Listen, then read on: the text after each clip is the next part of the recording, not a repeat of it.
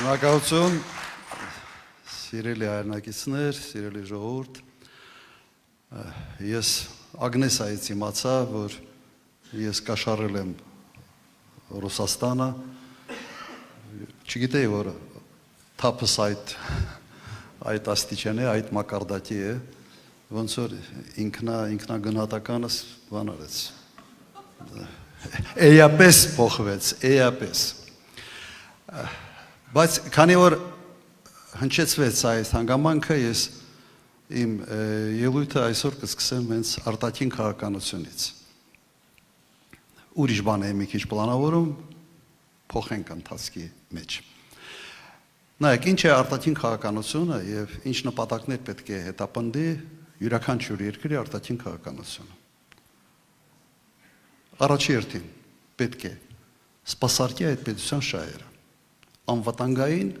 եւ տնտեսական։ Ուրիշ նպատակ արտաքին քաղաքականությունը չունի։ Պետք է գնահատվի ռիսկերը եւ այդ արտաքին քաղաքականությամբ, դիվանագիտությամբ, շփումներով տարբեր երկրների հետ, նախապատվություն տալով այն երկրները, որոնք ավելի կարևոր են կամ ավելի քիչ կարևոր են, հասկանալ հետեւյալը եւ առաջ մղել հետեւյալը։ Եթե կան ռիսկեր, ոնց է այդ ռիսկերը չեզոքացնում եւ քո անվտանգությունը ամրացնելու համար դու բարեկամներս ձեռք բերում։ Սա է արտաքին քաղաքականության բաղադրիչներից մեկը։ Երկրորդը տնտեսականը։ Երկիրը պետք է գնահատի ինչ ուղղություններով ավելի շահեկան կլինի այդ հարաբերությունները այլ երկրների հետ եւ զարգացնի այդ ուղղությունը։ Շատ պարզ է։ Մեկ սիրում են, չէ, ինչ որ բարդացնել, իբրև ինչ որ բարդ process-ներ են, բարդ չի, շատ պարզ խնդիրներ են։ Բայց տվյալ դեպքում ինչ է անում այս իշխանությունը։ Այս տարածաշրջանում մի քանի 100 տարի մրցել են իրար հետ Իրանը, Թուրքիան եւ Ռուսաստանը։ Չէ, այսպես է եղել։ Եվ Ռուսաստանը միակ երկիրն է, որը կարող է հակակշռել Թուրքիայի ազդեցությունը այս տարածաշրջանի վրա։ Եվ ինչ պիտի անի արտաքին քաղաքականությունը Հայաստանի Հանրապետության, բալանսավորել այդ ուժերի ներկայությունը այստեղ, զսպել Թուրքիայի ազդեցությունը այս տարածաշրջանի վրա, իսկ դա այլ կերպ, քան Ռուսաստանի հետ ուղղակի չես կարող անել, որովհետև չկա այս երկրագնդի վրա այլ երկիր, որը կարող է հակակշռել։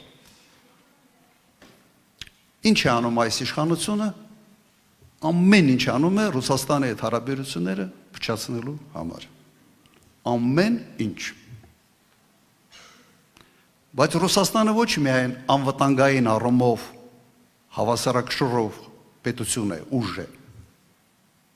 Ռուսաստանը նաև տնտեսական առումով մեր հիմնական գործընկերն է։ Կրկնեմ այս միտքը։ Հայաստանի Հանրապետության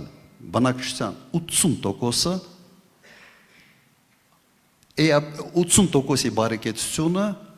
զգալիորեն կախված է Ռուսաստանի հետ տնտեսական հարաբերություններից։ Հասկանում, սա փաստ է։ Եվ չես կարող դու ուղղակի այս փաստից փախնել, ինչ ուզում ես արա։ Ինչ է անում այս իշխանությունը, հետևողականորեն վատթարացնում է իր հարաբերությունները Ռուսաստանի հետ։ Ես չեմ հիշում երբևէ անկախությունը ձեռք բերելու օրից, որ Ռուսաստանի պաշտոնյաները այսպիսի կոշտ հայտարարություններ անեին Հայաստանի նկատմամբ։ Չի եղել այդպիսի բան։ Անվտանգության խորհրդի քարտուղար, տեղակալ,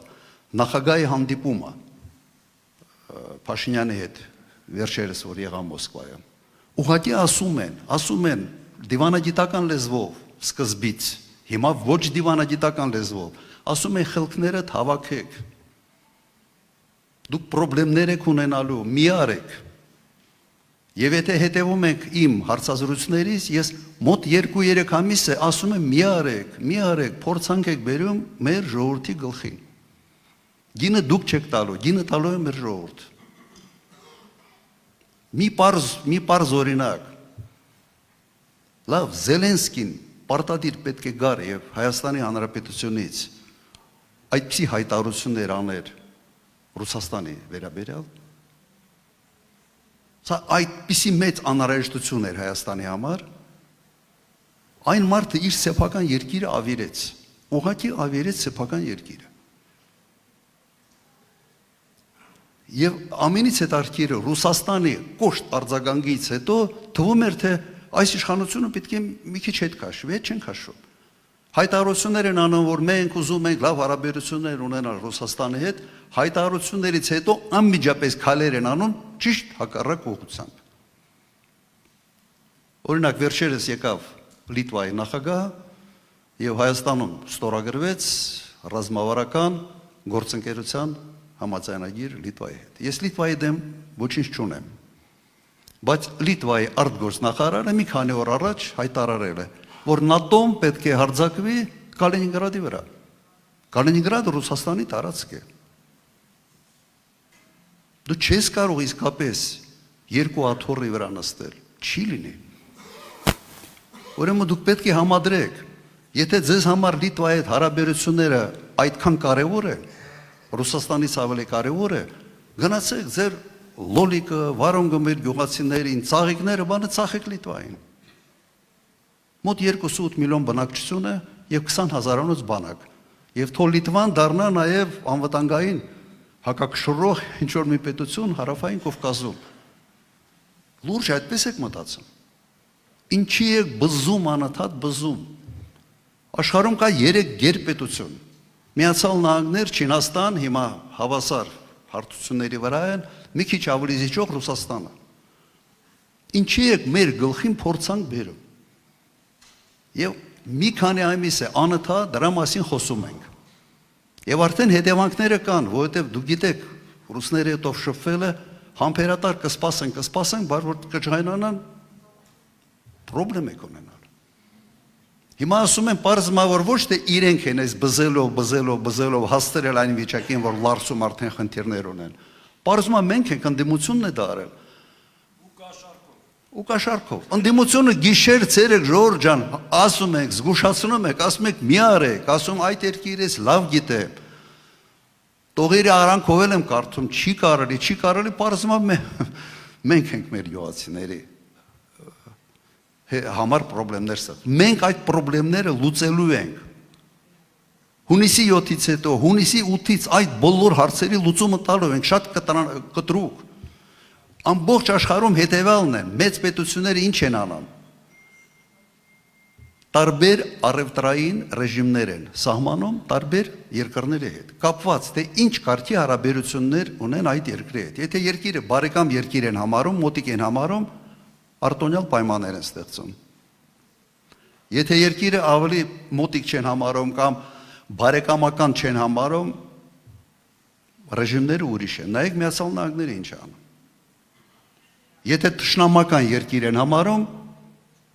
ապա լրիվ սանկցիաների տակ են դնում, ամեն ինչ արգելում են։ Ուղղակի այսպես է աշխատում առևտուրը ընդհանրապես աշխարհում, միջազգային առևտուր, ուրիշ մեխանիզմ այստեղ չկա։ Հիմա դու տանում ես արտաքին քաղաքականություն, որը հակառակ ուղղությամբ է քո տնտեսական շահերին։ Ոչ մի երկիր ժողովուրդ ջան, այդպես ուղղակի չի վարվում։ Ոնց որ կենցաղում քո գործատու ում հետ որտեղից դու աշխատավարձ ես ստանում, ընտանիքդ պահում ես, դու անընդհատ գնաս հետը կռվես, անընդհատ պրոբլեմներ ստեղծես, բզես, գնաս իր ընտանիքի հետ կռվես։ Իհարկե վերջում գործդ կորցնելու ես։ Հիմա նույնը միջազգային հարաբերություններում է։ Հիմա ինչ պիտի անենք այս ամենից բրցնելու համար։ Չի դադարվելու, կուրսը պետք է փոխվի, ուղղությունը պետք է փոխվի, այս մարդիկ ընդունակ չեն դա անել, ուրեմն այս մարդիկ պետք է փոխվեն, եւ այս մարդկանց փոփոխությունը անմիջապես շատ արագ բերելու է նաեւ ընդհանուր փոփոխություն։ Մենք այս խնդիրներից ազատվելու ենք այս մարդկանցից ազատվելու հետ միասին։ Փորձել եմ շատ պարզ լեզվով բացատրել, հասկանալի է։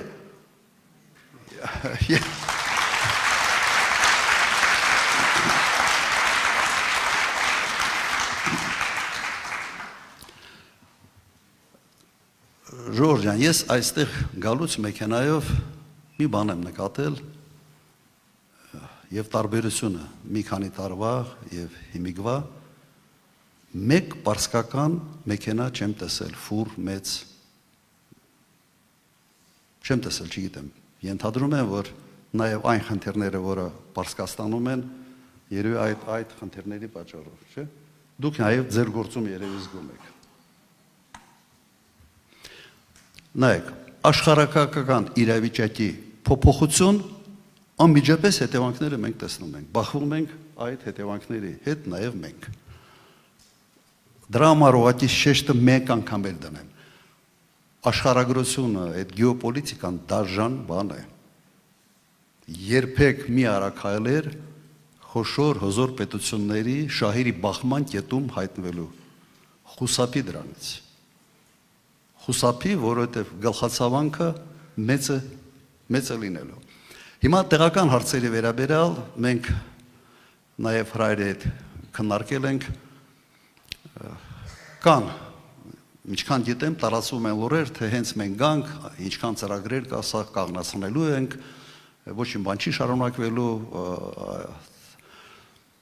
տների շինարարության համար գումարները ինչ որ տրամադրում, ծրագրեր եւ այլն։ Նայեք, մենք այն քաղաքական ուժը չեն եւ ես այն մարդը չեմ, որ գամ կաղնեմ, ասեմ, ես իմ զրոյական կետից եմ սկսում։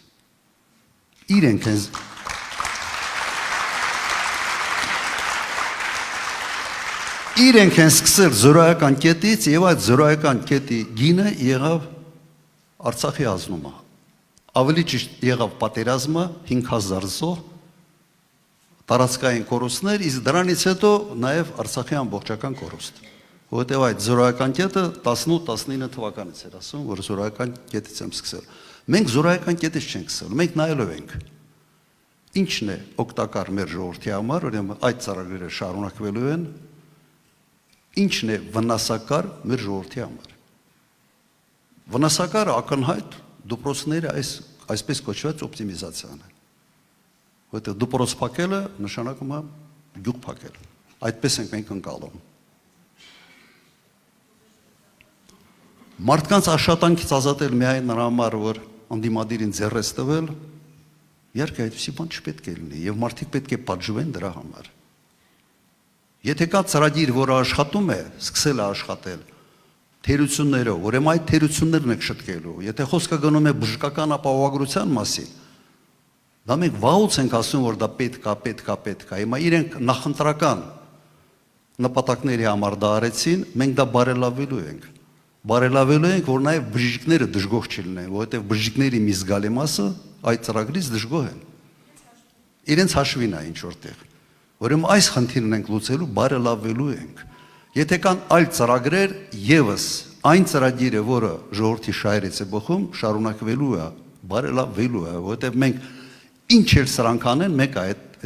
արհեստավարժությունը չունեն, մակերեսային մարդիկ են, անգրադետ են, իրենց ասելով տգետ են ինքնահռչակ։ Մենք այդ ամենը շատ ավելի լավ ենք անելու, գումարած այն ամենը, ինչ մենք խոստանում ենք։ Մեր մոտեցումն է սա, մենք չենք գալիս քանդելու, քանդողը սրանք են։ Մենք գալիս ենք կառուցելու, ժողովուրդ ջան, կառուցել։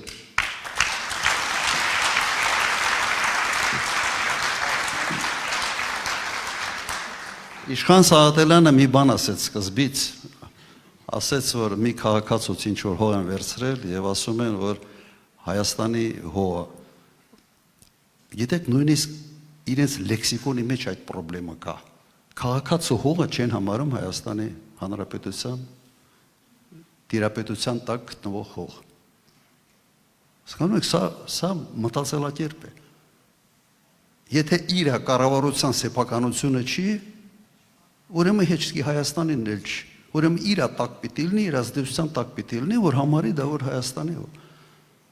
Այս շենքում մենք կանք, սա ինվեստիցիա է, սա սեփականություն է։ Բայց սա Հայաստանի տարածքի վրա է, Հայաստանի հողի վրա է եւ սա ծառայում է Հայաստանի Հանրապետությանը նաեւ։ Հարկատու է։ Այս սրանք բան են, ասես աչքը դարած ումից ինչ խլեն եւ հայտարարեն, որ Հայաստանի Հանրապետությունը հարստացավ մեկ մեքենայով, մեկ Range Rover-ով, մեկ չգիտեմ ինչով։ ժողովրդի ունեցվածքը մեկը, սա Հայաստանի Հանրապետության, այսպես ասենք, ընդհանուր ունեցվածքն է։ Եթե ինչ որ բան ապօրինի է եղել, օքեյ, վերցրեք, բայց մտածելակերպը այսպեսինն է։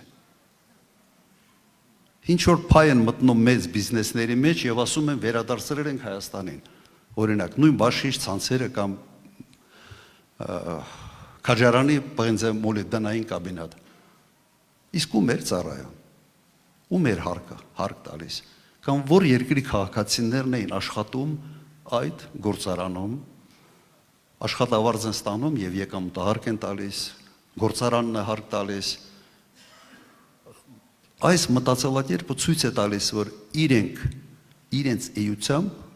ժողովրդի շահերի հետ առնչություն չունեն, ուղղակի կապ չունեն։ Եվ այն ինչ անում են բիզնեսի նկատմամբ, ուղղակի արտաքին օտարերկրյա ներդրումների մոտիվացիան տակից sense քոքից կտրում են։ Քոքից կտրում են եւ պատճառը դա է, օրինակ վերջի 1 տարվա ընթացքում օտարերկրյա ներդրում Հայաստանում չկա։ Իսկ սա նշանակում է երկարատև առումով լրջագույն խնդրեմ տնտեսության համար։ Այս ամենը, այս քայլերը վերանայվելու են։ Մի կասկածեք։ Եվ այդ վերանայող ուժը Հայաստան դաշինքն է։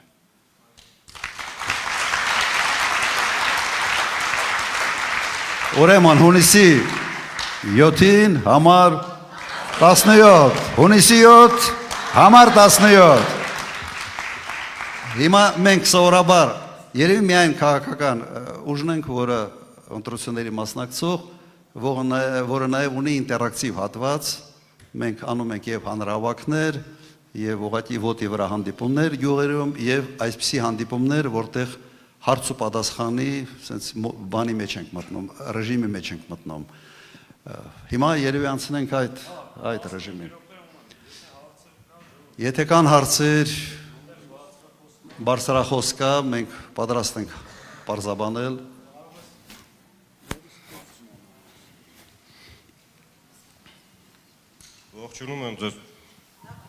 Ողջունում եմ ձեզ, պարոն նախագահ։ Այն հարցը, որ պետքա տայի, ճիշտ ասած նոր պատասխանեցիք, իհարկե ներողություն եմ խնդրում, նորից ցանկանում եմ կրկնվեմ, էլի մեր ժողովրդի մեջ ստեղծվել է մտածելակերպ, 4 կետ եմ ուզում նշեմ, 16 միլիոններ անվճար բուժօգնություն, անվճար դեղորայք եւ որ ամենակարևորը մեր գյուղերում գտնվող բոլոր դպրոցները, որոնք այս իշխանությունների ծրագրով պետք է փակվեն։ Ստեղծվել է մի մտածելակերպ, որ երբ լինի իշխանափոխություն ու երկրի վարչապետի պաշտոնը ստանձնեք դուք, այդ ծրագրերը չեն գործելու։ Խնդրեի պարզաբանում տայիք այդ հարցերին, նորից ներողություն եմ խնդրում, որտեղ քիչ առաջ պատասխանեցիք, ուղղակի ավելի մանրակրկիտ հարցրեցի։ Նայեք, ես ուղղակի կրկնեմ, աշխատող ծրագրերը, օգտակար ծրագրերը ոչ թե չեն կանգնեցվելու, շարունակվելու են մի բան էլ ավելանալու է։ Ուղղակի չպետք է կասկածեք։ Եվ նայեք, միայն ժողովրդի դեմ աշխատողը կարող է գա եւ աշխատող ծրագիրը կանգնեցնի։ Սրանք այդպես են արել, 18-ից որ եկել են, ինչ աշխատում էր, չէր աշխատում, ասում են, մի հատ ստոպ տանք, մի հատ հասկանանք, թե ինչ է, այդ հասկանալը մի 2-3 տարի տևում էր, հետո ասեն շուռ են տալիս, նույն բանը ավելի վատ որակով անում։ Եվ այդ 16 միլիոնն է մնալու, կարծում եմ, որ ավելանալու է եւ ապահովագրությունը ես ասացի, բժիշկների մոտ իսկապես խնդիր կա, որովհետեւ լավ հիվանդանոցները չեն ուզում միանան այդ ծրագրի։ Պետք է հասկանալ պատճառը, ինչի չեն միանում այդ ծրագրի եւ խրախուսել անել ամեն ինչ, որ իրենք էլ միանան այդ ծրագրի։ Իսկ նշանակում է, որ այդ ծախսերի մեջ բժիշկի, այսպես հասանելիքը պետք է համաչափ լինի բժիշկի կվալիֆիկացիային։ Որովհետև այդ ծրագիրը մի քիչ այդ կվալիֆիկացիայի առումով ինքը բանել, որակյալ հենակություն, ինչ որ մեծ փորձ ունեցող բժիշկները չեն ուզում աշխատել այդ համակարգում։ Մենք ամեն ինչ պետք է անենք, որ նաև իրենք շահագրգռված լինեն այդ համակարգի մաս դառնալուն։ Սա դպրոցների փակելը, սա ես չգիտեմ ում հանճարեղ գլուխն ա եկել այդ միտքը։ Սա պրոբլեմ է Հայաստանի պես երկրի համար, որտեղ փոքր գյուղերը շատ են, իսկապես Հայաստանի յուրահատկությունն է։ Եթե մենք ունենայինք sense մեր գյուղերում 4-5 հազար բնակչություն ունեցող գյուղեր Հայաստանով մեկ, գյուղի լինել չի լինելու զարգանալու կամ վերանալու sense քարտեզից վտանգ եթե չլիներ, լավ արեք, ինչ ուզում եք արեք։ Բայց բոլորս հասկանում եք, չէ՞, դպրոցը գյուղից դուրս եկավ, մեծ հարցականի տակ հայտնում ինքը գյուղը։ Գյուղն է փակվում։ Կանգնեցնելու ենք այս process-ը անկասկած։ Դպրոցաշինությունը շարունակվելու է։ Համոզված եմ գյուղում 5 երեխա կա պիտի դպրոց լինի։ Շնորհակալություն, պարոն նախագահ։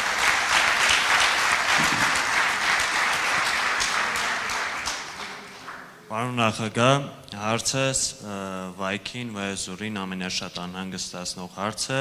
Տիգրանաշենին է վերաբերվում, այսինքն այս իշխանության քյարքին։ Ուզում ենք հասկանանք, հունիսի 8-ից սպասվող Տիգրանաշենը ոնց եք պատկերացնում դուք։ Հունիսի 8-ից սկսած, ինչ դերքորոշում ունեք Տիգրանաշենի հետ կապված։ Նայեք, Հայաստանը արդեն այնքան շատ է զիջել, այլևս զիջելու տեղ չունի։ Այլևս զիջելու տեղ չունի։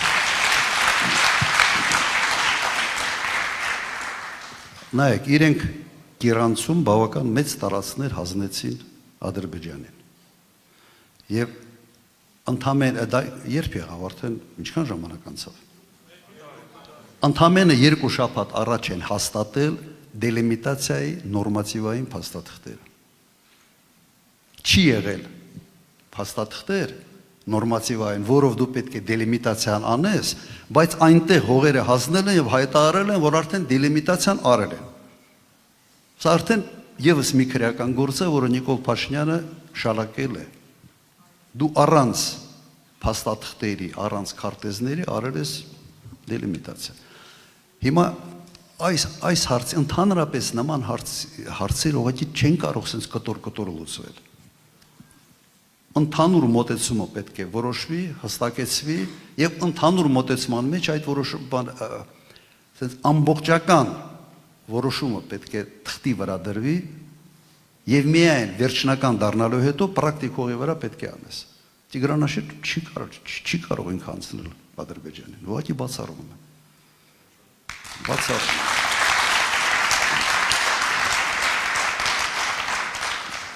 Ես չեմ զարմանա, որ մեր գազամուխը հայտնվի իրենց թերապետության տակ, մեր հիմնական մայրուղու դեպի Վրաստան գնացող ինչ որ հատվածներ եւս հայտնեն իրենց վերահսկողության տակ։ Այդ պատճառով ինձ օր առաջ պետք է ուղղակի ազատվել սրանցից։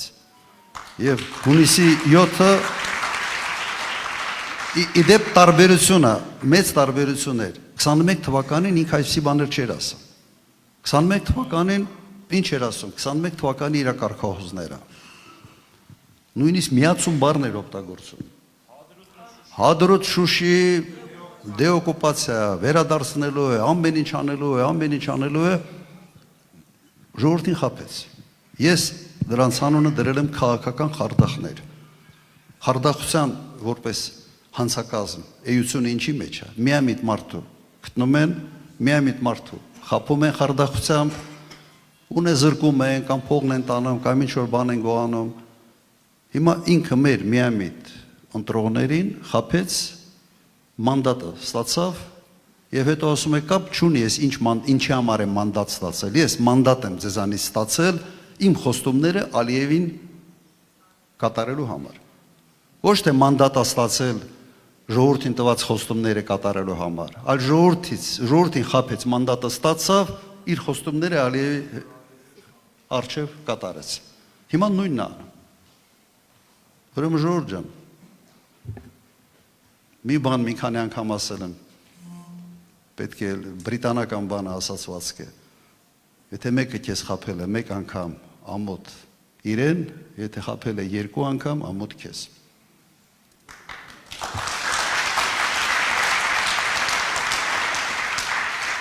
Ողջունում ենք ձեզ պարոն նախագահ Վայոց ձորի մարզի Վայք քաղաքում։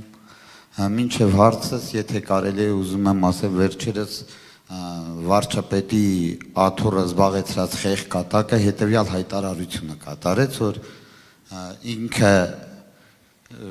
կներեք արտահայտությանս, որ իր բառը պաշարով եմ տես ներկայացնում, որ ինքը կզեցրել է, կզեցնում է, բայց ես նաև ուզում եմ հիշեցման կարգով վարչապետի աթոռը զբաղեցրած խեղճ կատակին հիշեցնեմ, որ ես դեռ 20 թվականին Վայոց ձորի մարզի Գետապ գյուղում գերեզմանատան, որտեղ որ հանգչում էին 44 օրյա մեր հերոսները, ես ընդեղ եմ կզծրել իրան։ Դեռ 20 թվականին,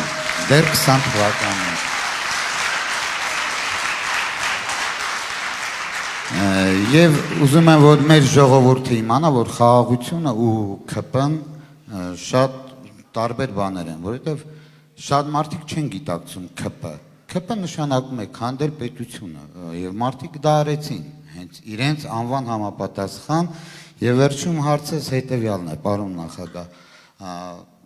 կապված եկամտների հայտարարման հետ կապված, որ սառեցրել են ընտրությունների հետ կապված, ուզում եմ հասկանալ, նախ համոզված եմ, որ ամսի 7-ին համար 17-ը կգա իշխանության, իսկ իշխանության գալուց հետո ինչպես է վերաբերում մեզ հարցին։ Շնորհակալություն։ Մենք հայտարարել ենք եւ դեմ ենք համընդհանուր հայտարարման։ Անիմաստ գործ է։ Պարտադիր հայտարարում պետք է լինի բոլոր պետական պաշտոնյաների համար։ Պետական հիմնարկներում աշխատողների համար սրա հետ խնդիր չկա, սա ճիշտ է։ Բայց դնել այդ բեռը մարդկանց վրա ես հասկանում ինչի համար են անում։ Մեր ժողովրդի մի ստվար զանգված կա, որոնք իրենց բարեկամներից գումարներ են ստանում Ռուսաստանից եւ ամբողջ նպատակը սկզբից գույքագրել այդ ամենը, հետո մի օր սենց են անելու հարկման տակ դնեն։ Ասելու են դու եկամուտ ես ստացել։ Դա եկամուտ չի, այդ մարդը Ռուսաստանում աշխատելուց եկամուտը արդեն ինքը եկամուտը ստացել է, եկամտահարկը այնտեղ տվել է, գումարը ուղարկում իր հարազատներին։ Դու այստեղ ես հարկում, այդ ինչ կրկնակի հարկում է։ Պատճառը դա է։ Հրաժարվելու ենք, չենք անելու մարդկանց լրացուցիչ բեռի տակ երբեք չենք դնելու եւ չենք արել։ Ես մի բան ասեմ, 10 տարի նախագահ եմ եղել։ Ոչ մի հարկատեսակ չի մեծացել։ Գազի գինը ձեզ համար չի փոխվել։ Հոսանքի գինը չի փոխվել։ Կայուն ոնց եղել է, տենց էլ 10 տարի մնացել է։ Եվ պետությունը պարտքի հաշվին չի այդ սուբսիդավորել։ Պարտ չենք հավաքել։ Հիմա ինչ շինարարություն անում են ամբողջությամբ պարտքի հաշվին 8 միլիարդ դոլարով պարտք են ավելացրել։ Մենք աղետի գոտի ենք վերականգնել, մի ցենտ պարտ չեմ ավելացրել։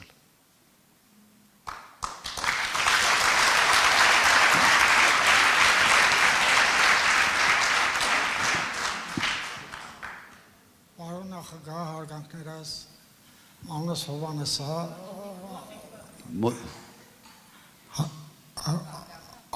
Հարգանքներս պարոն նախագահ, անունս Հովհաննես մի հարց անձնագրերի հետ կապված Արարատ լեռը հանել են, ոնց կլինի։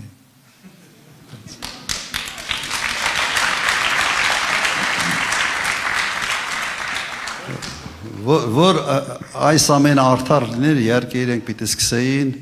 արտգործնախարարի անունի փոփոխությունից։ Այդա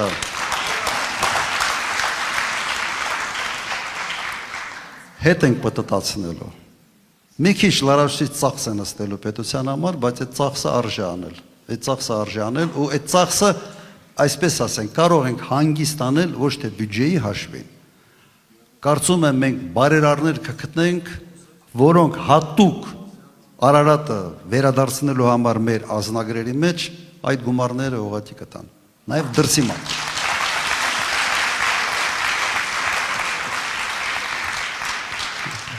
Նայեք, երբ որ ծախսերից ենք խոսում, ես կառաջարկեի հետևյալ, նաև լրագրողներ կան այստեղ, ուղղակի հետաքննություն անեն, թե ինչ գումարներ է ծախսվում հիմա այդ պետական դաչաներ կոչեցյալի վրա, կոնկրետ Նիկոլ Փաշինյանի կեցությունը ապահովելու վրա, ինչ գումարներ է ծախսվում ՊՊՑ-ի Նիկոլ Փաշինյանի անվտանգային ծառայության վրա, անգամներով շատ, ոչ թե 20%, 30%, 5-10 անգամ ավելի են։ Այսպիսի շարասյուն 10-20 մեքենայից ով էր տեսնում։ Այս մարդիկ ձեր վրա հարկերը ավելացրել են, տուգանքները ավելացրել են։ Երևանում եկամտահարկը արդեն մի սարսափելի բան է, այս գույքահարկը մի սարսափելի թիվ է դարձել։ Ամեն ինչ ավելացրել են իրենց պարտիվավճարների համար, իրենց պարզ լեզվով ասած, իրենց կայֆերը ավելացնելու համար։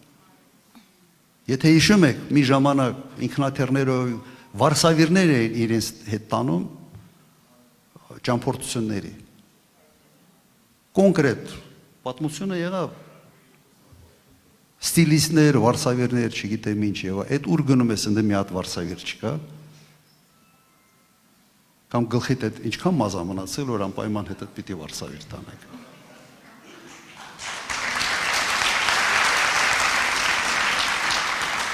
Ժողովուրդ ջան, այդպիսի բաներ երբեք չի եղել։ Ես երբեք չի եղել։ Որ մի հատ իր դաչայի համար $2 միլիոն ծախսեն միայն վերանորոգման համար, որը լավ վիճակում էր։ Սուս ամոթ է։ Այս մարդիկ ամոթի զգացողություն չունեն ընդհանրապես։ Խնդրեմ, հա։ Մեծարգո պարոն նախագահ, Հայաստան դաշինքի հարգարժան անձնակազմ, մեր հարգարժան երիտասարդներ, ողջունում եմ ձեզ Վայոց ձորում, Վայք քաղաքում եւ հարգելի ներկաներ, նույնպես ողջունում եմ ձեզ, ձեր ներկայությունը այստեղ ապահովելու համար։ Մեծարգո պարոն նախագահ, ես հարցեր չունեմ ձեզ, պարզապես ուզում եմ հնարավորություն օգտագործել եւ իմ խոսքը, իմ կոչը հայտնել մեր հայրենակիցներին, որպեսզի առաջիկա ընտրություններում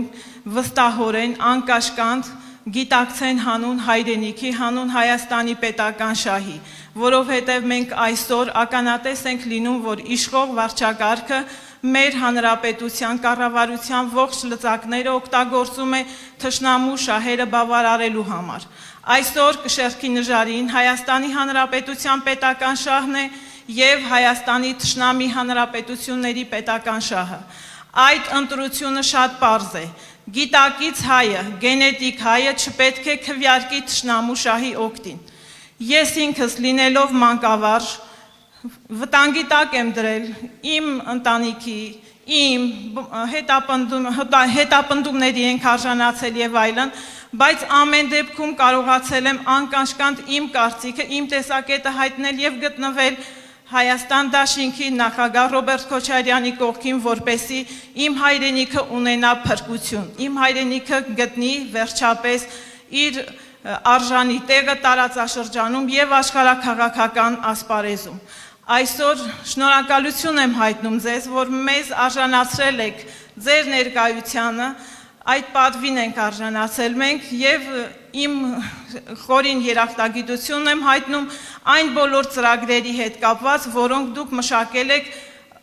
ընտրությունից հետո իրագործելու մեր երկրում։ Ես վստահ եմ, որ այդ ծրագրերը դեռևս ավելի լիարժեք կկատարվեն, ավելի լիակատար կատարում կունենան։ Այդ առիթով ես հարցեր չունեմ ձեզ, որովհետև ես ականատես եմ եղել ձեր կառավարման 10 տարիներին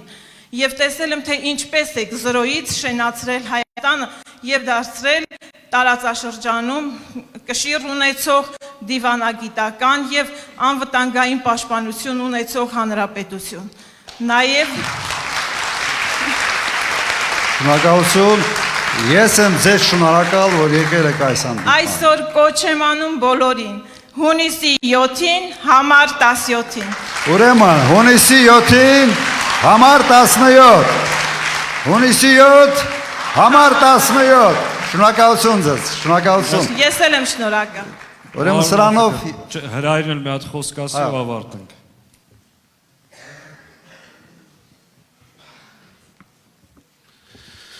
Շնորհակալություն,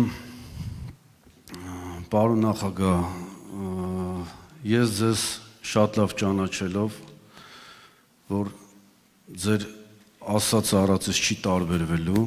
ու չի տարբերվել, ձեր ամեն ասացի տակ ստորագրում եմ եւ ուզում եմ ասել, որ Վայոց ձորի բոլոր գյուղերով, քաղաքներով, բոլոր մարդկանց անունից վստահորեն ասում եմ, որ ամեն ձեր ասածը, ամեն ձեր խոստվածը վայոց ձորը պահանջելու է ձեզնից։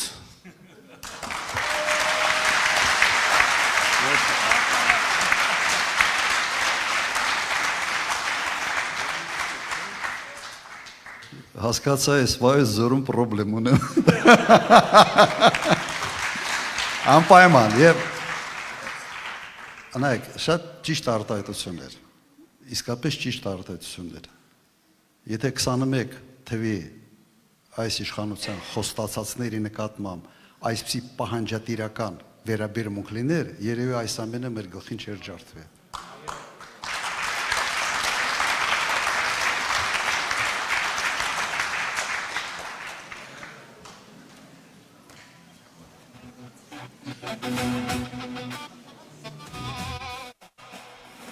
Չենք սկսելու զրահական կետից եւ աշխատող ծրագրերը մենք շարունակելու ենք, ավելի ենք լավարկելու եւ այլն։ Մի քանի օր առաջ եւ բազմիցս Նիկոլ Փաշինյանը պնդում է, որ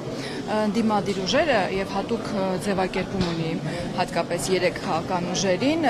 խաղաղությանը ուզում են սպանել եւ մի դիտարկում էր արել, որ խաղաղության վերաբանակցումը դա խաղաղությունը սպանելու միջոց է նաև։ Այդ դուք որ ասում եք 0 կետից չենք սկսելու, այս հարցում ինչպես եք պատկերացնում, ինչ պետք է լինի։ Որ հարց։ Խաղաղության բանակցությունները։ Ասում վերաբանակցումը խաղաղության սպանություն է։ Էլի չեմ հասկացել, անկեղծ ասեմ չեմ հասկացել,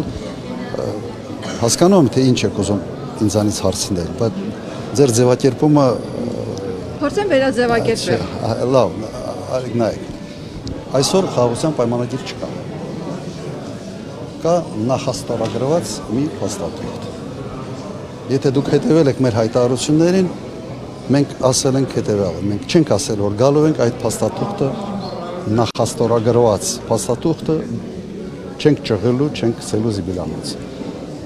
Ուրեմն զորայական կետից չենք սկսել։ Մենք ասել ենք, որ սխալ արել, որ գնացել ստորագրել է այս վիճակում, բայց այնուամենայնիվ, քանի որ սա կա, մենք պետք է համալրենք առնվազն 1-2 հավելվածով երաշիկային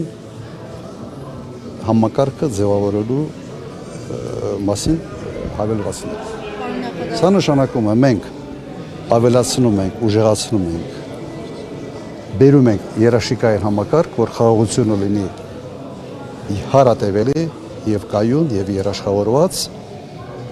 եւ սրա հետ միասին չենք սկսում զրոյական կետից։ Ներեցեք, երաշխիքը Ռուսաստանից է գալու։ Մենք ասում ենք հետեւյալը. չի կարող լինել խաղաղության պայմանագիր առանց երաշխիքային համակարգ։ Ինչ ենք մտածում այդ ուղղությամբ։ Առաջինը ՄԱԿ-ի անվտանգության խորհրդի հայտարարություն